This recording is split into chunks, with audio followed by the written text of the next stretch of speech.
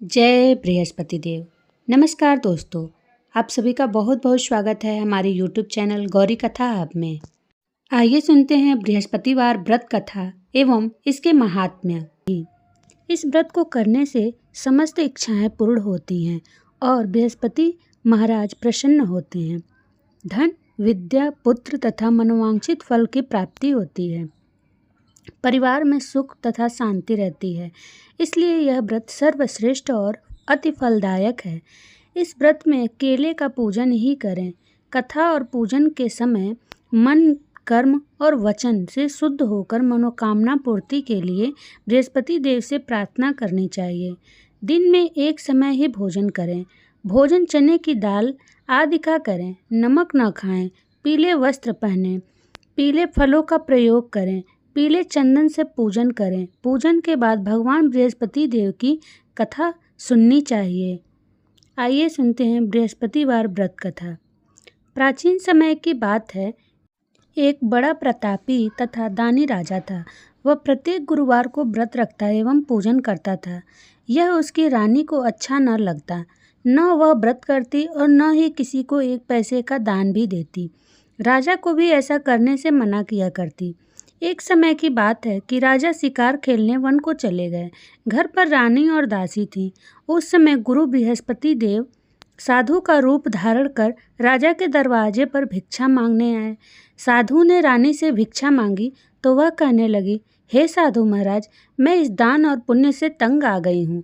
आप कोई ऐसा उपाय बताएं जिससे यह सारा धन नष्ट हो जाए और मैं आराम से रह सकूं। साधु रूपी बृहस्पति देव ने कहा, हे देवी, तुम बड़ी विचित्र हो। संतान और धन से भी कोई दुखी होता है। अगर तुम्हारे पास धन अधिक है तो इसे शुभ कार्यों में लगाओ, जिससे तुम्हारे दोनों लोग सुधरें। परंतु साधु की इन बातों से रानी खुश नहीं हुई।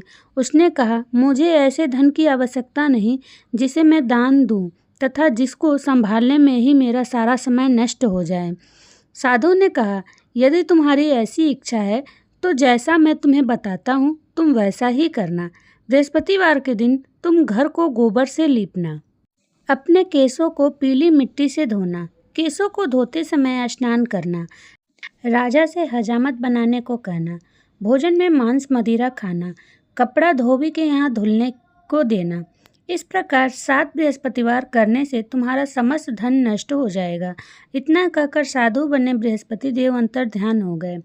साधु के कहे अनुसार करते हुए रानी को केवल 3 बृहस्पतिवार ही बीते थे कि उसकी समस्त धन संपत्ति नष्ट हो गई। भोजन के लिए परिवार तरसने लगा। एक दिन राजा रानी से बोला, हे रानी, तुम यहीं रहो, मैं दूसरे देश को जाता हूँ। क्योंकि यहाँ पर मुझे सभी जानते हैं, इसलिए मैं कोई छोटा कार्य नहीं कर सकता। ऐसा कहकर राजा परदेश चला गया। वहाँ वह जंगल से लकड़ी काटकर लाता और शहर में बेचता। इस तरह वह अपना जीवन व्यतीत करने लगा। इधर राजा के बिना रानी और दासी दुखी रहने लगी। एक समय जब रानी और दासियों को 7 दिन बिना भोजन के रहना पड़ा तो रानी ने अपनी दासी से कहा, हे दासी, पास ही के नगर में मेरी बहन रहती है। वह बड़ी धनवान है। तू उसके पास जा और कुछ ले आ ताकि थोड़ा बहुत गुजर बसर हो जाए। दासी रानी की बहन के पास गई। उस दिन बृहस्पतिवार था। रानी की बहन उस समय बृहस्पतिवार की कथा सुन रही थी। दासी ने रानी की बहन को अपनी रानी का संदेश दिया, लेकिन रानी की बहन ने कोई उत्तर नहीं दिया। जब दासी को रानी की बहन से कोई उत्तर नहीं मिला तो वह बहुत दुखी हुई। उसे क्रोध भी आया। दासी ने वापस आकर रानी को सारी बात बता दी। सुनकर रानी ने अपने भाग्य को कोसा। उधर रानी की बहन ने सोचा कि मेरी बहन की दासी आई थी, परंतु मैं उससे नहीं बोली, इससे वह बहुत दुखी हुई होगी। कथा सुनकर और पूजन समाप्त कर वह अपनी बहन के घर गई और कहने लगी, हे बहन, मैं बृहस्पतिवार का व्रत कर रही थी। तुम्हारी दासी गई, परंतु जब तक कथा होती है तब तक न तो उठते हैं और न बोलते हैं, इसलिए मैं नहीं बोली। कहो दासी क्यों गई थी? रानी बोली, बहन, हमारे घर अनाज नहीं था। ऐसा कहते कहते रानी की आंखें भर आईं। उसने दासियों समेत भूखा रहने की बात भी अपनी बहन को बता दी।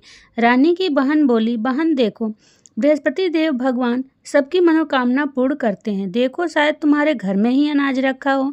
यह सुनकर दासी घर के अंदर गई तो वहां उसे एक घड़ा अनाज का भरा मिल गया। उसे बड़ी हैरानी हुई क्योंकि उसे एक एक बर्तन देख लिया था।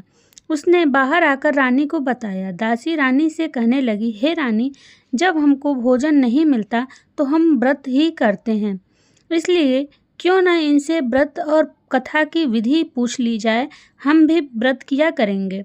दासी के कहने पर रानी ने अपनी बहन से बृहस्पतिवार व्रत के बारे में पूछा। उसकी बहन ने बताया, बृहस्पतिवार के व्रत में चने की दाल और मुनक्का से विष्णु भगवान का केले की जड़ में पूजन करें तथा दीपक जलाएं, पीला भोजन करें तथा कथा सुनें। इससे गुरु भगवान प्रसन्न होते हैं, मनोकामना पूर्ण करते हैं। व्रत और पूजन की विधि बताकर रानी की बहन अपने घर लौट गई। रानी और दासी दोनों ने निश्चय किया कि बृहस्पति देव भगवान का पूजन जरूर करेंगे। 7 रोज बाद जब बृहस्पतिवार आया तो उन्होंने व्रत रखा। घुड़साल में जाकर चना और गुड़ बीन लाई तथा उसकी दाल से केले की जड़ तथा विष्णु भगवान का पूजन किया।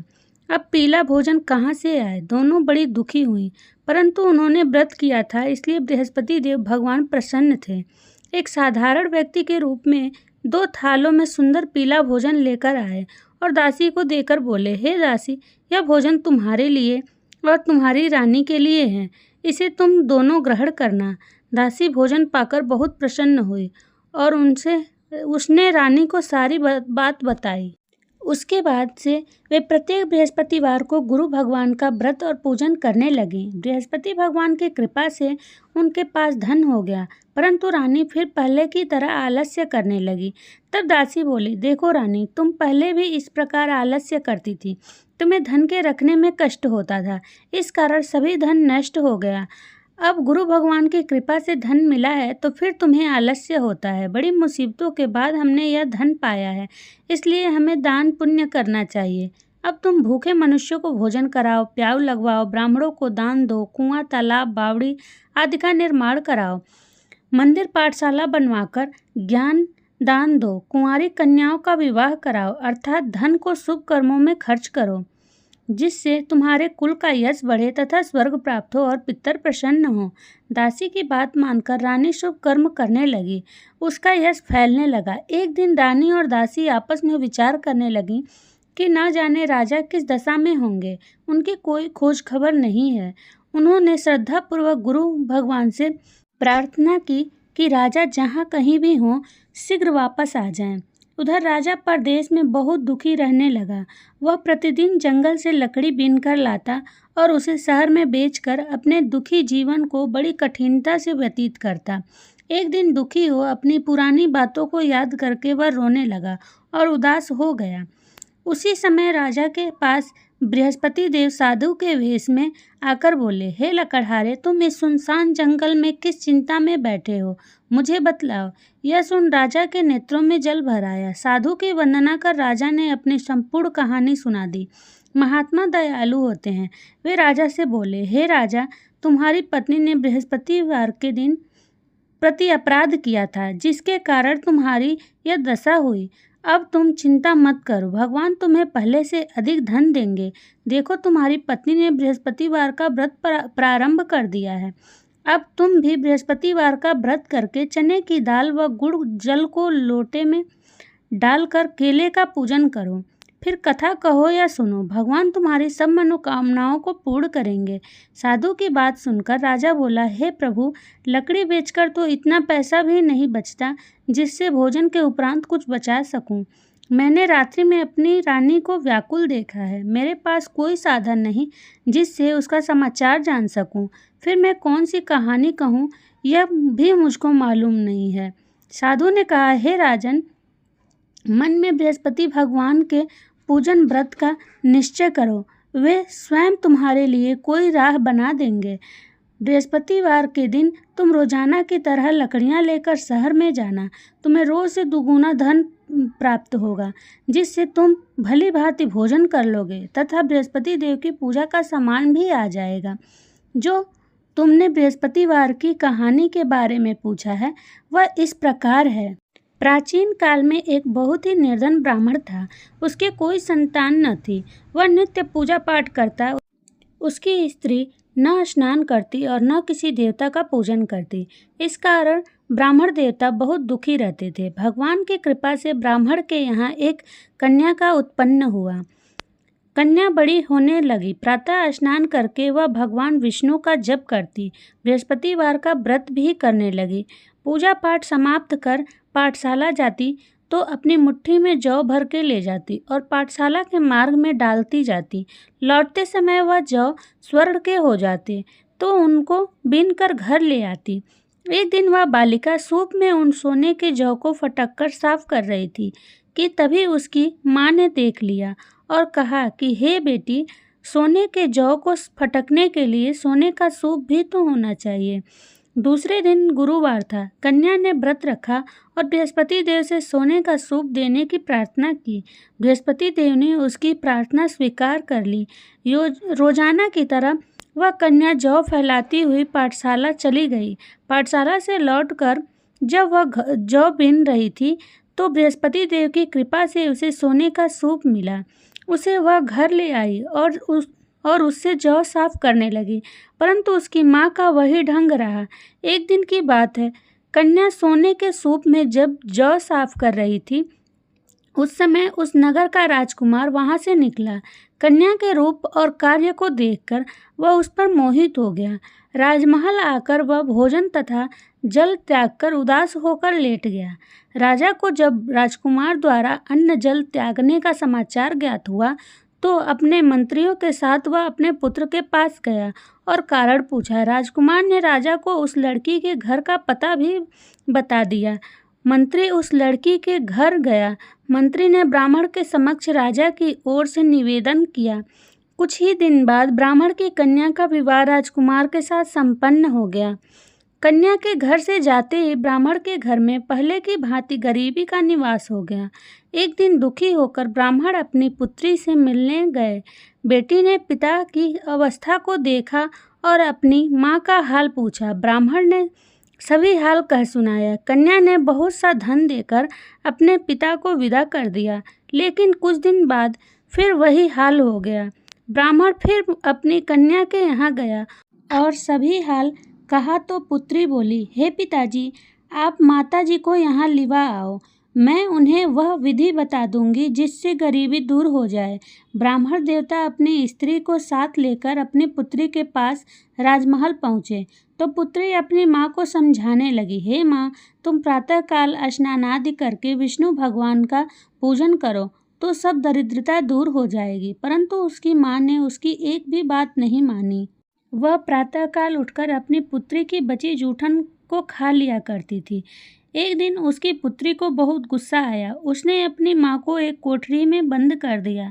प्रातः उसे स्नानादि करा के पूजा पाठ करवाया तो उसकी माँ की बुद्धि ठीक हो गई। इसके बाद वह नियम से पूजा पाठ करने लगी और प्रत्येक बृहस्पतिवार को व्रत करने लगी। इस व्रत के प्रभाव से मृत्यु के बाद वह स्वर्ग को गई। वह ब्राह्मण भी सुखपूर्वक इस लोक का सुख भोग कर स्वर्ग को प्राप्त हुआ। इस तरह कहानी कहकर साधु बने देवता वहां से लोप हो गए। धीरे धीरे समय व्यतीत होने पर फिर बृहस्पतिवार का दिन आया। राजा जंगल से लकड़ी काटकर शहर में बेचने गया। उसे उस दिन और दिनों से अधिक धन मिला। राजा ने चना गुड़ आदि लाकर बृहस्पतिवार का व्रत किया। उस दिन से उसके सभी क्लेश दूर हुए। परंतु जब अगले गुरुवार का दिन आया तो वह बृहस्पतिवार का व्रत करना भूल गया। इस कारण बृहस्पति भगवान नाराज हो गए।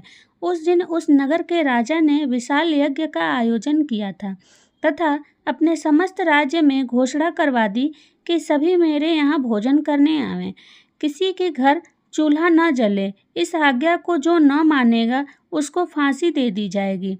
राजा की आज्ञानुसार राज्य के सभी वासी राजा के भोज में सम्मिलित हुए, लेकिन लकड़हारा कुछ देर से पहुंचा, इसलिए राजा उसको अपने साथ महल में ले गए। जब राजा लकड़हारे को भोजन करा रहे थे तो रानी की दृष्टि उस खूंटी पर पड़ी जिस पर उसका हार लटका हुआ था। उसे हार खूंटी पर लटका दिखाई नहीं दिया। रानी को निश्चय हो गया कि मेरा हार इस लकड़हारे ने चुरा लिया है। उसी समय सैनिक बुलवाकर उसको जेल में डलवा दिया। लकड़हारा जेल में विचार करने लगा कि न जाने कौन से पूर्व जन्म के कर्म से मुझे यह दुख प्राप्त हुआ है, और जंगल में मिले साधु को याद करने लगा। तत्काल बृहस्पति देव साधु के रूप में प्रकट हो गए और कहने लगे, अरे मूर्ख, तूने बृहस्पति देवता की कथा नहीं की, उसी कारण तुझे यह दुख प्राप्त हुआ है। अब चिंता मत कर। बृहस्पतिवार के दिन जेल खाने के दरवाजे पर तुझे 4 पैसे पड़े मिलेंगे। उनसे तू बृहस्पतिवार की पूजा करना तो तेरे सभी कष्ट दूर हो जाएंगे। अगले बृहस्पतिवार उसे जेल के द्वार पर 4 पैसे मिले। राजा ने पूजा का सामान मंगवाकर कथा कही और प्रसाद बांटा। उसी रात्रि में बृहस्पति देव ने उस नगर के राजा को स्वप्न में कहा, हे राजा, तूने जिसे जेल में बंद किया है उसे कल छोड़ देना, वह निर्दोष है। राजा प्रातःकाल उठा और खूंटी पर हार टंगा देखकर लकड़हारे को बुलाकर क्षमा मांगी तथा राजा के योग्य सुंदर वस्त्र आभूषण भेंट कर उसे विदा किया। गुरुदेव की आज्ञानुसार राजा अपने नगर को चल दिया। राजा जब नगर के निकट पहुंचा तो उसे बड़ा ही आश्चर्य हुआ। नगर में पहले से अधिक बाग, तालाब और कुएं तथा बहुत सी धर्मशालाएं, मंदिर आदि बने हुए थे। राजा ने पूछा कि यह किसका बाग और धर्मशाला है। तब नगर के सब लोग कहने लगे कि यह सब रानी और दासी द्वारा बनवाए गए हैं। राजा को आश्चर्य हुआ और गुस्सा भी आया कि उसकी अनुपस्थिति में रानी के पास धन कहाँ से आया होगा। जब रानी ने यह खबर सुनी कि राजा आ रहे हैं तो उसने अपनी दासी से कहा, हे दासी, देख, राजा हमको कितनी बुरी हालत में छोड़ गए थे। वह हमारी ऐसी हालत देखकर लौट न जाएं, इसलिए तू दरवाजे पर खड़ी हो जा। रानी की आज्ञानुसार दासी दरवाजे पर खड़ी हो गई और जब राजा आए तो उन्हें अपने साथ महल में लिवा आई।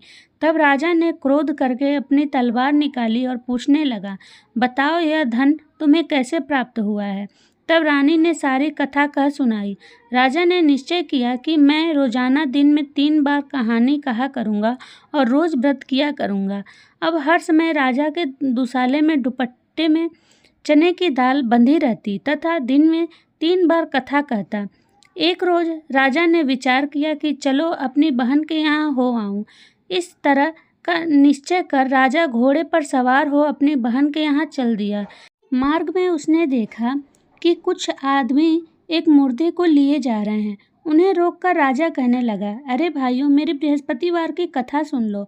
वे बोले, लो, हमारा तो आदमी मर गया, इसको अपनी कथा की पड़ी है। परंतु कुछ आदमी बोले, अच्छा कहो, हम तुम्हारी कथा भी सुनेंगे। राजा ने दाल निकाली और कथा कहना शुरू कर दिया। जब कथा आधी हुई तो मुर्दा हिलने लगा और जब कथा समाप्त हुई तो राम राम करके वह मुर्दा खड़ा हो गया। राजा आगे बढ़ा। उसे चलते चलते शाम हो गई। आगे मार्ग में उसे एक किसान खेत में हल चलाता मिला। राजा ने उससे कथा सुनने का आग्रह किया, लेकिन वह नहीं माना। राजा आगे चल पड़ा। राजा के हटते ही बैल पछाड़ खाकर गिर गए तथा किसान के पेट में बहुत जोर से दर्द होने लगा। उसी समय किसान की माँ रोटी लेकर आई। उसने जब देखा तो अपने पुत्र से सब हाल पूछा।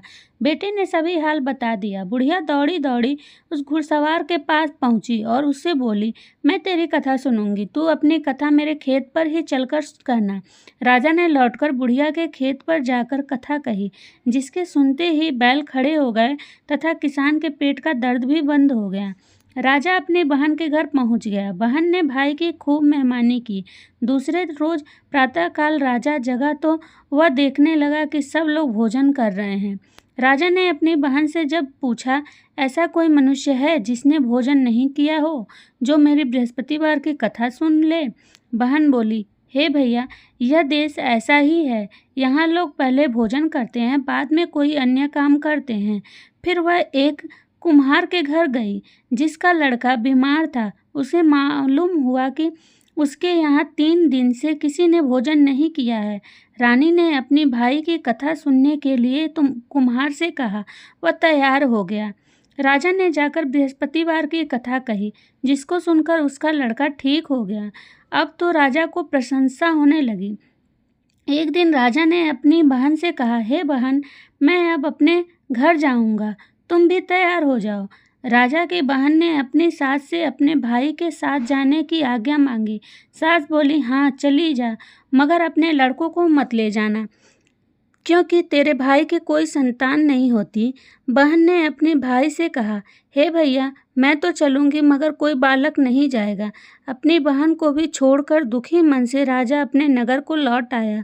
राजा ने अपनी रानी से सारी कथा बताई और बिना भोजन किए वह शैया पर लेट गया। रानी बोली, हे प्रभु, बृहस्पति देव ने हमें सब कुछ दिया है, वे संतान भी अवश्य देंगे।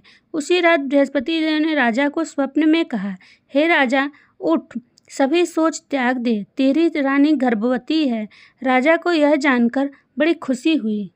9वें महीने रानी के गर्भ से एक सुंदर पुत्र पैदा हुआ। तब राजा बोला, हे रानी, स्त्री बिना भोजन के रह सकती है, परंतु बिना कहे नहीं रह सकती। जब मेरी बहन आए तो तुम उससे कुछ मत कहना। रानी ने हाँ कर दी। जब राजा की बहन ने यह शुभ समाचार सुना तो वह बहुत खुश हुई तथा बधाई लेकर अपने भाई के यहाँ आई। रानी ने तब उसे आने का उलाहना दिया। जब भाई अपने साथ ला रहे थे तब टाल गई, उनके साथ न आई और आज अपने आप ही भागी भागी बिना बुलाए आ गई। तो राजा की बहन बोली, भाई, मैं इस प्रकार न कहती तो तुम्हारे घर औलाद कैसे होती। बृहस्पति देव सभी कामनाएं पूर्ण करते हैं। जो सद्भावना पूर्वक बृहस्पतिवार का व्रत करता है एवं कथा पढ़ता है अथवा सुनता है और दूसरों को सुनाता है, बृहस्पति देव उसकी सभी मनोकामनाएं पूर्ण करते हैं, उनकी सदैव रक्षा करते हैं।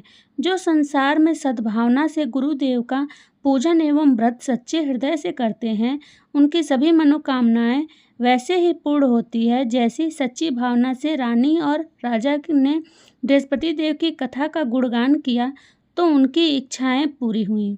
बृहस्पति देव जी ने पूर्ण की।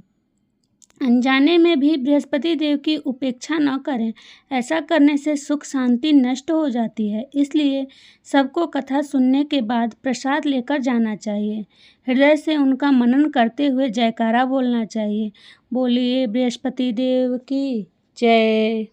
अगर आपको वीडियो पसंद आए तो प्लीज़ लाइक, कमेंट, शेयर और सब्सक्राइब ज़रूर करें।